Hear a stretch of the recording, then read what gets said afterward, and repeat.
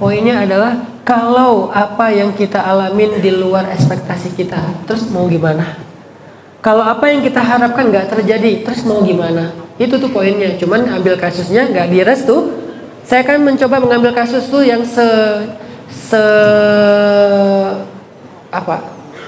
sedekat mungkin dengan realitas anak muda. Tapi judul-judul itu, bahasa-bahasa saya dalam how to say dakwah saya, itu bukan kasusnya yang jadi inti, tapi filosofi dari kasus itu yang jadi inti. Kayak tadi masalah nggak direstui, wah nggak penting banget nih temanya. Padahal bukan lagi ngomongin masalah jodoh doang, tapi yang mau diomongin gimana kalau apa yang terjadi itu di luar dugaan kita, apa yang mau kita lakuin. Gimana kalau yang kita harapin gak terwujud? Gimana kalau doa kita belum diijabah? Gimana kalau yang terjadi itu di sebaliknya yang kita pengenin gak sesuai ekspektasi? Gimana kalau kita kaget dengan sesuatu yang gak pernah terduga? Itu inti dari gak direstui, bukan dalam kasus jodoh doang.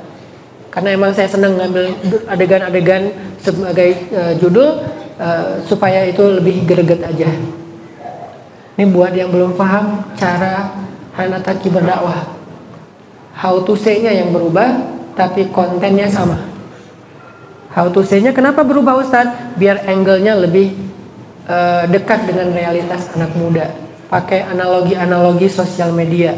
Tapi intinya sama aja. Bahkan dengan analogi itu saya berpikir dan saya yakin akan lebih mudah memahami kerumitan dalam teori-teori agama. Disederhanakan, tapi intinya sama. Gimana kalau ada sesuatu yang di luar dugaan kita terjadi, nggak nyangka gitu, dan kita kagetnya itu bukan kaget fisik, kaget hati. Kaget fisik kan paling latah ya, nyebut kodok, nyebut ayam, nyebut apalah. Kalau yang soalnya astagfirullah kan gitu kan, latah. Kalau kaget hati, sampai copot jantungnya, sampai kayak nggak berasa, jadi tiba-tiba baal. Di jantung saya nggak ada rasa. Berarti udah nggak ada rasa apa-apa lagi saking baalnya gitu kan ya. Itu gimana tuh caranya? Nah, kalau kita mengalami yang kayak gitu, coba kita renungkan firman Allah di surat Al-Baqarah ayat 216. Ini nih harus jadi life hacks kita. Karena Al-Quran itu semua ayatnya life hacks. Life hacks itu apa? Quote of the day. Mungkin bahasa lebih santainya life hacks. Surat Al-Baqarah itu surat keberapa? Keempat. Ayat 216.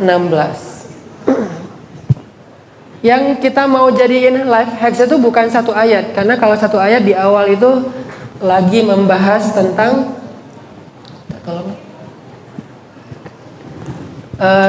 di awal ayat itu lagi ngebahas tentang perang ya. Kutiba alaikumul qital, kalian diwajibkan berperang. Bukan itunya yang mau dibahas, tapi kalimat berikutnya.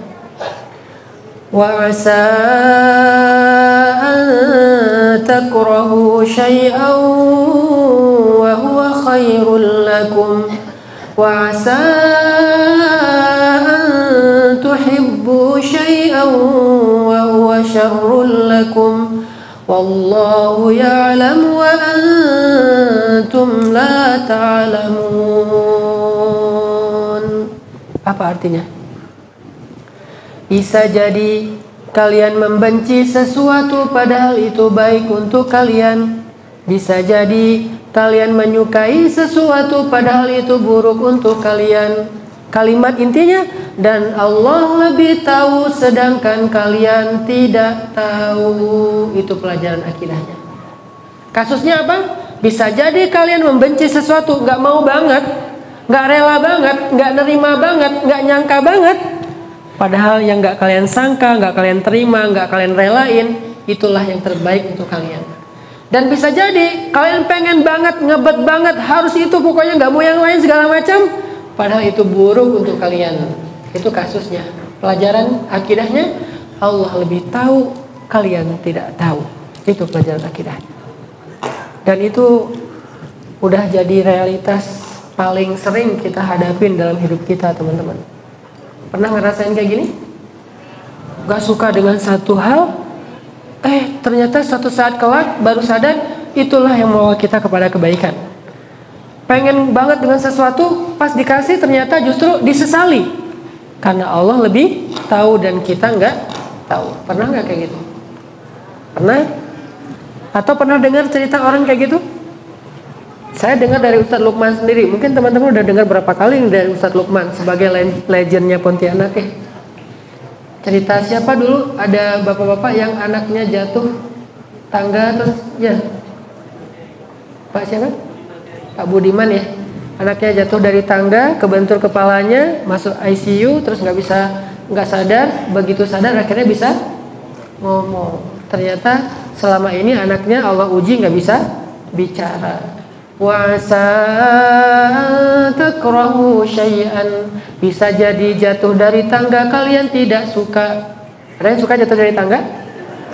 Satu-satunya jatuh yang disuka adalah aduh berat ya. Apa udahan aja deh. Saya mau pamit aja deh kalau kayak gini. Berat membahas bab ini. Semua jatuh itu sakit, tapi yang paling sakit ya. Apa tadi teh? Oh, jatuh dari tangga. Bisa jadi adegan anak jatuh dari tangga itu tidak kalian sukai, padahal itu baik untuk kalian. Baiknya di mana? Nggak hari itu, nggak saat itu juga. Nggak mungkin jatuh dari tangga terus langsung alhamdulillah, nggak kan? Karena ini sesuatu yang takrah, kurhun. Kita nggak suka. Ya Allah, kenapa? Ya Allah, kok gini? Ya Allah, apalagi ini? Kenapa saya terus? Kenapa kurang apa lagi dari saya? Kan ini pertanyaan-pertanyaan protes ya.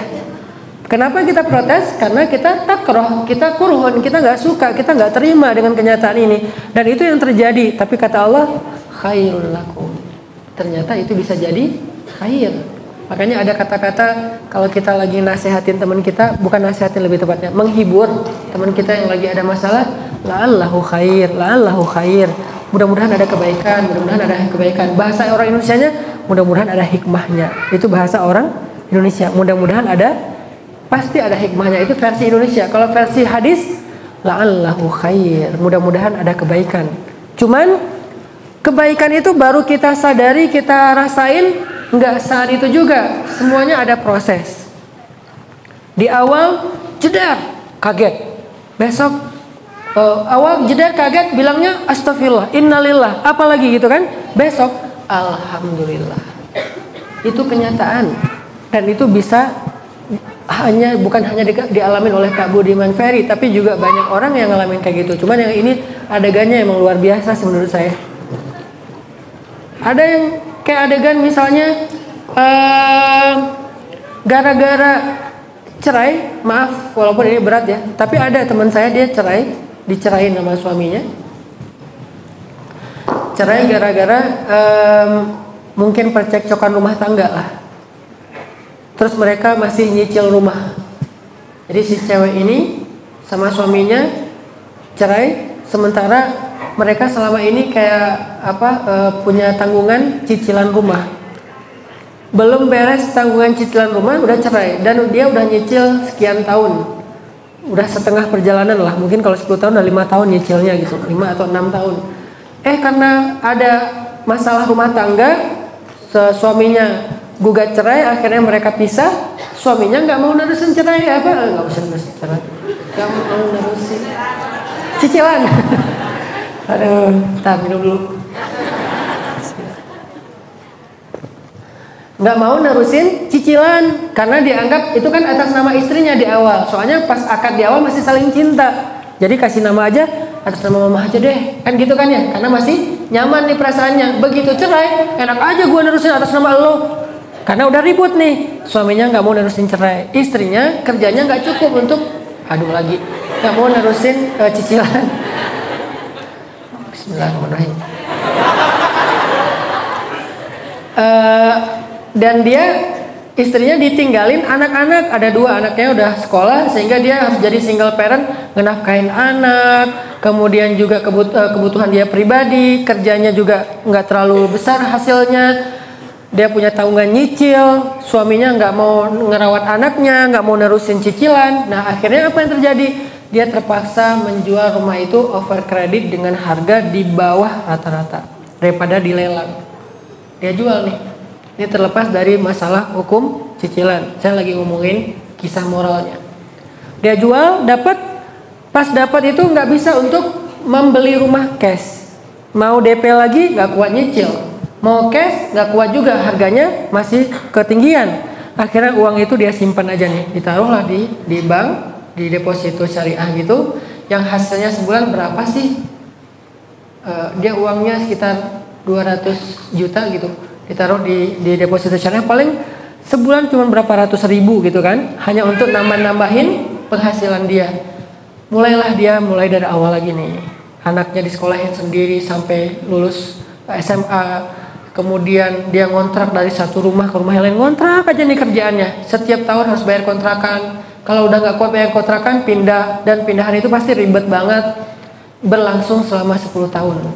Dia sedih, dia anggap rumah tangga dia gagal, dia anggap semua yang dia alamin itu sesuatu yang buruk, dia anggap seolah-olah dia yang paling prihatin, paling susah hidupnya di muka bumi. Tapi di tahun ke-10 dia hijrah. 9 tahun kayak gitu gak hijrah, survive sendiri tapi nggak melibatkan Allah, survive sendiri tapi nggak mengadu ke Allah gitu, nggak minta Rahman Allah kasihani saya, nggak, survive aja sendiri. Saya nggak bergantung sama cowok, saya bisa sendiri. Akhirnya dia kerja banting tulang. Tahun ke-10 dia hijrah, mulai ngaji, mulai belajar Al-Quran lagi dari tahsin, mulai pelan-pelan. Alhamdulillah setahun dia hijrah, setahun dia mulai belajar Al-Quran, setahun mulai ngaji, mulai doa, Allah mulai kasihan sama dia. Tahun ke-10 dia dilamar oleh seorang cowok yang lebih muda dari dia 10 tahun, yang akhlaknya baik, yang tajir. Kenapa yang kedua? Yang pertama akhlaknya lebih baik. Oh ya, tajir. Beda ekspresinya. Yang baik akhlaknya, yang tajir bisnisnya, yang romantis orangnya, yang dia lebih muda 10 tahun masih kayak ekspresif banget gitu kan ya, kayak masih udah nikah tapi kayak masih pacaran. Nikah mereka. Setelah nikah dibeliin rumah 3 kali lipat lebih besar daripada yang sebelumnya, atas nama dia, cash, dengan model yang dia banget. Dia pengen farmhouse. Kan cewek banget lah ya. Kalau cowok kan pengennya rustic industrial gitu kan ya. Ini pengennya farmhouse banget, yang bunga-bunga, yang ala-ala British klasik-klasik gitu, yang kayu-kayu. Dia dapat sesuai dengan harapan dia. Wa asa an takrahu syai'an wa huwa khairul lakum. Kenapa 10 tahun Ustaz? Karena setelah tahun ke-10 dia baru melibatkan Allah. Coba pas cerai, ya Allah kasihankan saya, langsung datang tuh cowok.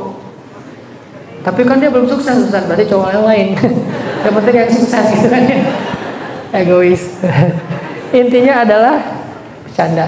Intinya adalah wa asa an takrahu syai'an wa huwa khairul lakum, itu berlaku kaidahnya dalam hidup kita. Ini dalam masalah itu. Dalam masalah yang lain, saya punya teman di Padang, namanya, karena ini kebaikan sebut namanya Bang Anton. Orang Padang. Dia di kampungnya dikenal sebagai anak muda paling nakal. Setiap hari duel, setiap hari berantem, setiap hari taruh, sampai disebut sebagai orang yang nggak mungkin jadi orang benar. Di kampungnya itu udah dianggap orang nggak benar aja. Pokoknya kalau udah menyebut nama Anton, pasti yang keluar penjelasan yang negatif. Anton itu ini segala macam. Karena dia nggak benar, karena dia orang di kampungnya berantem terus, akhirnya orang-orang semua bilang kamu masuk polisi aja. Karena kan lebih ke fisik kan, kalau nggak polisi tentara, biar fisik, menyalurkan fisiknya kepada yang lebih benar. Ikut tes polisi, lulus, karena ujiannya fisik di awal, lulus. 50 orang gengnya lulus, masuk ke karantina. Tes kedua tes wawasan. Nah ini masalahnya dia. Di sekolah aja rankingnya terakhir. Kalau ada 50 berarti dia 50. Kalau muridnya ada 29, dia 29. Pokoknya juara 1 dari belakang. Selalu, dan istiqomah gitu.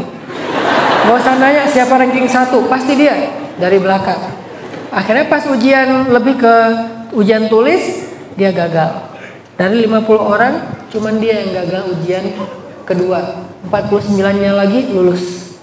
Malu, mau pulang kampung, takut dihakimi sama masyarakat sebagai orang yang gagal. Akhirnya dia merantau ke Bandung, jualan di emperan kaki lima alun-alun Bandung, dipalak preman, akhirnya gagal lagi, pindah ke Jakarta. Karena dia fisiknya bagus di Jakarta, pertama dia jadi debt collector, gagal jadi pengawal pribadi, bos-bos. Tapi nggak betah, rame sama orang, pindah lagi, akhirnya dia dagang lagi, dagang. Sampai setelah dia dagang yang kedua ini, dia sukses pelan-pelan dagang di depan Tanah Abang. Dia jualan yang masih recehan gitu di depan Tanah Abang. Lama-lama sampai bisa beli toko di Tanah Abang. Udah sukses beli toko, sekarang punya pabrik di Bogor, pabrik tekstil.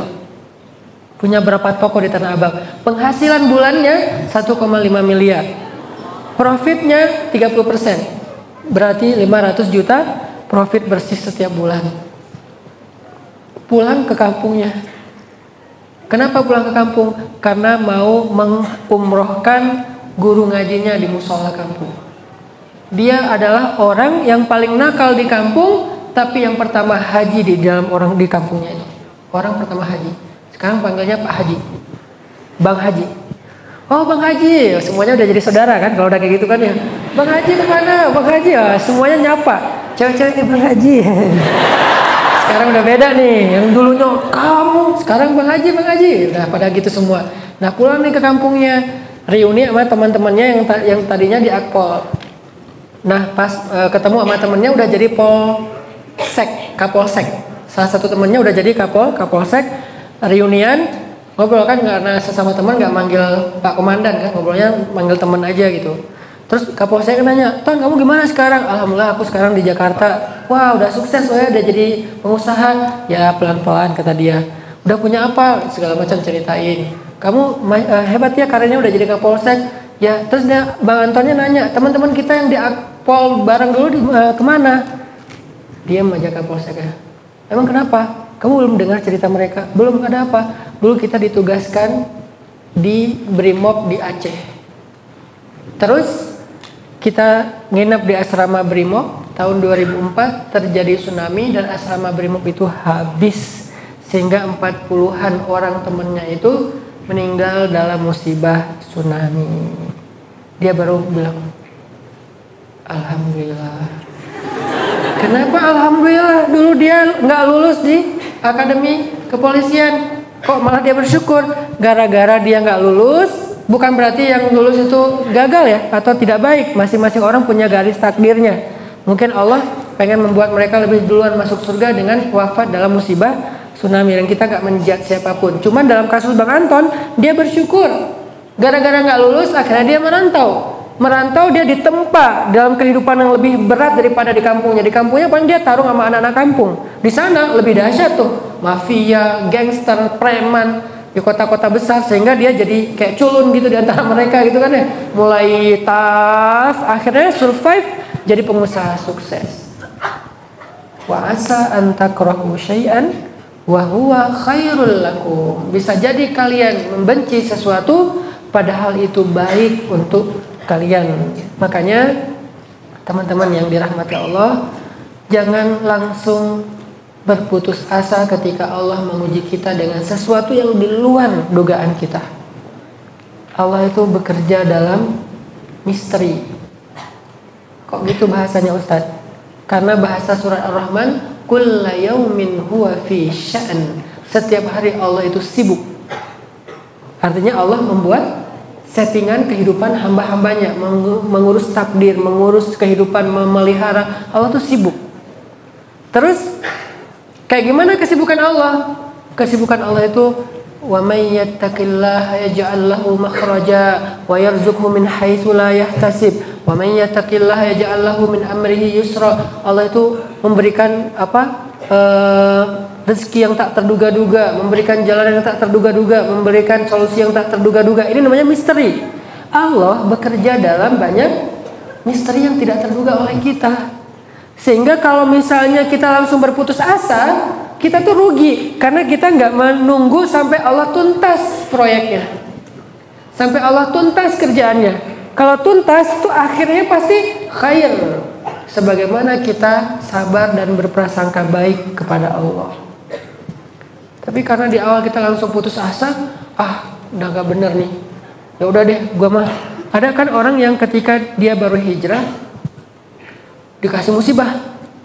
Baru hijrah musibahnya macam-macam. Bisa dia kehilangan temennya, bisa dia kehilangan kerjaannya, gara-gara berhijab kontraknya dibatalin, gara-gara dia ninggalin yang haram akhirnya dia kerjanya gak jelas, gara-gara dia apalagi berhijrah terus dia ribut dengan pasangannya, cerai segala macam. Lalu ketika dia dikasih kejutan ini di awal ya, ketika dia dikasih adegan yang gak terduga di awal, dia putus asa. Kalau dia gak putus asa, mungkin sebentar lagi dia akan ngelihat kejutan yang keren banget dari Allah. Tapi berhubung dia udah putus asa, hilang semua apa yang Allah udah janjikan. So la tayasu, la taqnatu. Jangan berputus asa. Kenapa? Satu, Allah itu Rahman, kasihan sama kita sebetulnya. Kalau kasihan kok dikasih ujian kayak gini, Ustadz, ujian ini sebetulnya bukan ujian, ini tuh madrasah. Adegan-adegan yang gak nyaman dalam hidup kita, musibah dan ujian itu tuh bukan negatif, itu tuh madrasah, tarbiyah kalau lebih bahasa lebih tepatnya. Itu tarbiyah buat kita. Apanya yang kita ditarbiyah sama Allah? Kita sedang ditarbiyah sabar. Mana mungkin kita belajar sabar dengan cuman teori. Wabasyiris sabirin. Sampaikan berita gembira bagi orang yang sabar. Belum tentu tuh jadi sabar. Pelajaran sabar yang paling hakiki, yang paling konkret itu adalah ujian hidup. Baik dari manusia ataupun dari peristiwa. Kalau dari manusia kita jalan. Ujian sabarnya apa? Ujian sabarnya orang yang di jalan yang gak taat lalu lintas, yang mungkin nyalipnya sen kanan tapi belok kiri.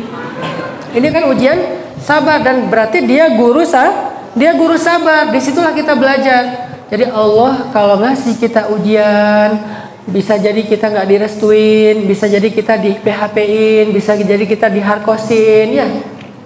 Kalau semua ini kita pernah alamin, berarti Allah sedang mentarbiyah sabar kita, mentarbiyah kepekaan kita biar kita nggak kayak gitu juga ke orang lain, mentarbiyah kedewasaan kita biar kita nggak gampang panik dan lebay, mentarbiyah apalagi kebijaksanaan kita biar kita bisa mengambil hikmah. Tapi setelah proses tarbiyah ini berjalan, nanti Allah akan menutup adegan ini dengan sebuah kejutan yang menggembirakan. Khairul lakum. Ini modal buat kita. Saya yakin semua kita pernah ngalamin atau mungkin sebagian kita sedang ngalamin. Kalau sebagian kita sedang ngalamin ini, coba sesekali diam, renungkan ayat tadi. Kemudian renungannya ditambah dengan apa yang sudah saya jelasin dari sejam setengah tadi. Oh ya, coba masukkan itu ke dalam jiwa kita. Kemudian kita coba jadikan sebagai sebuah belief. Saya percaya ini ada kejutan dari Allah. Ya udah saya jalanin dulu dengan berbaik sangka. Gak putus asa, berharap. Saya percaya Allah tuh kasihan sama saya. Saya percaya Allah pasti mau ngasih kejutan buat saya. Saya percaya pasti ada jalan keluar. Saya percaya pasti ada kebaikan di balik ini. Coba internalisasi semua itu dalam wawasan yang tadi saya sampaikan ke dalam hati kita. Sambil diam. Di mana diamnya? Sambil zikir di sepertiga malam. Sambil zikir dalam kesendirian. Ketika kita sedang ngalamin masalah kayak gini, kita diam, kita renungkan. Lama-lama, bismillah, saya akan bertahan. Bisa kayak gitu. Tapi kalau belum apa-apa udah panik, apalagi ya Allah. Nah, ini langsung coret, gagal gitu ya. Jadi jangan kayak gitu. Apalagi doanya bukan gini lagi, udah gini. Jadi Allah mau buat masalah sama saya. Oke, kita hitung-hitungan sekarang ya Allah. Allah digituin, manusia aja digituin gak ada ruginya, apalagi Allah. Percaya deh. Jangan pernah berpikir bahwa Allah itu iseng sama kita. Jangan pernah berpikir Allah itu nggak empati sama kita. Jangan pernah berpikir Allah itu nggak peduli, nggak care sama kita. Jangan pernah berpikir apa yang udah hilang dari kehidupan kita itu paling berharga dalam dunia. Enggak. Ada yang lebih berharga. Orang kaya tapi ada yang lebih kaya. Ada yang mahal, ada yang lebih mahal. Kan kayak gitu terus kan? Semuanya relatif kan? Kadang-kadang kita ketemu orang kaya banget, besok ketemu, oh ternyata dia biasa aja, ada yang lebih kaya, ya kan ya? Ada yang cantik banget, besok ketemu, oh ternyata lebih cantik. Ternyata ini jadi biasa aja. Ada yang baik, ternyata besok lebih baik. Ada yang tajir, ternyata lebih tajir. Ada yang romantis, ternyata ada lebih romantis. Itulah sifat dari dunia. Jangan berpikir bahwa sesuatu yang udah pergi dari kita itu udah segalanya, yang gak ada tandingannya. Cuman Rasulullah yang segalanya dari sisi manusia, yang ideal, yang sempurna, yang baik, yang apa. Cuman Rasulullah, yang lain gak. Pasti ada kurang dan di kelebihan itu ada di orang lain. Sehingga jangan langsung kita sedih sampai berputus asa. Saya paham, saya ngerti banget rasanya kalau misalnya pas kita lagi digituin, kesannya dunia ini saya udah nggak kepikiran lagi mau nikah, Ustadz. Kenapa? Udah kapok, gitu kan ya? Saya udah nggak kepikiran lagi mau nikah, Ustadz. Kenapa? Udah capek ditolak. Saya udah nggak kepikiran lagi mau nikah, Ustadz. Kenapa? Udah capek di harkosin, harapan kosong. Saya udah capek di PHP-in. Saya udah capek dibohongin. Nah, berarti kita berputus asa. Emang nggak ada orang baik di muka bumi? Ada, Ustaz, tapi sedikit. Kata siapa orang baik itu sedikit? Berarti kita berburuk sangka kepada banyak orang. Orang baik itu banyak, cuman nggak kelihatan. Banyak, cuman belum ditemuin aja sama kita yang cocok dengan kita. Sehingga bersabar. Tadi ada cewek yang 10 tahun sabar, tapi di tahun ke-10 dia libatkan Allah, langsung Allah ganti kehidupannya, dan itu nyata. Sehingga sekarang dia bilang, ternyata ini yang terbaik untuk saya. Saya nggak bersyukur karena dulu pernah bercerai, enggak. Saya nggak bersyukur, saya nggak merasa bangga, saya nggak merasa nyesel, biasa aja. Tapi saya anggap ini sebagai takdir dan rahasia Allah yang akhirnya ternyata adalah happy ending. Akhirnya adalah khair. Kata kuncinya, wallahu ya'lamu wa antum la ta'lamun. Allah lebih tahu dan kalian tidak tahu.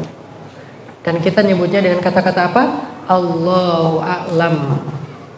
Allahu a'lam itu Allah lebih tahu dan saya nggak tahu. Jangan bilang Allahu a'lam tapi protes. Allahu a'lam sih, tapi nah ini bukan Allahu a'lam.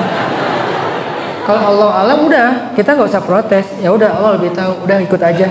Kayak gitu. Mudah-mudahan ini jadi motivasi buat kita semuanya. Mohon maaf atas segala kekurangan dan keterbatasan. Mudah-mudahan bisa dimengerti. Barakallahu fiik. Assalamualaikum warahmatullahi wabarakatuh.